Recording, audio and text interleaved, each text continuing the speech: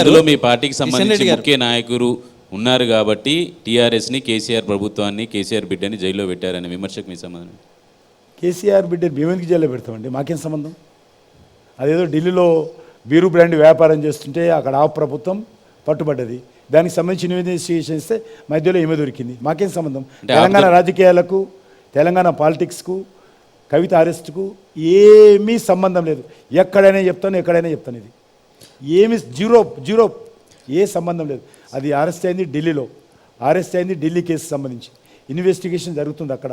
అక్కడ ఈమె పోయి తెలంగాణ దోచుకునేది సరిపోదని చెప్పి కేసీఆర్ కుటుంబం ఢిల్లీకి వెళ్ళి ఢిల్లీలో బీరు బ్రాండ్ వ్యాపారం చేసి అక్రమ లావాదేవీలు చేసి అక్కడ అరెస్ట్ అయింది. అది నాకేం సంబంధం?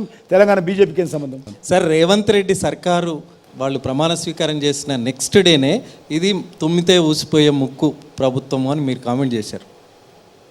ఇప్పుడు నెక్స్ట్ డే ఇప్పుడు కూడా దాని మాట మీద ఉన్నాను. జాతి తక్కువగా ఉంది. ఇది ఆ విషయం చాలా స్పష్టంగా చెప్పాను. ఇప్పుడు కూడా చెప్తాను.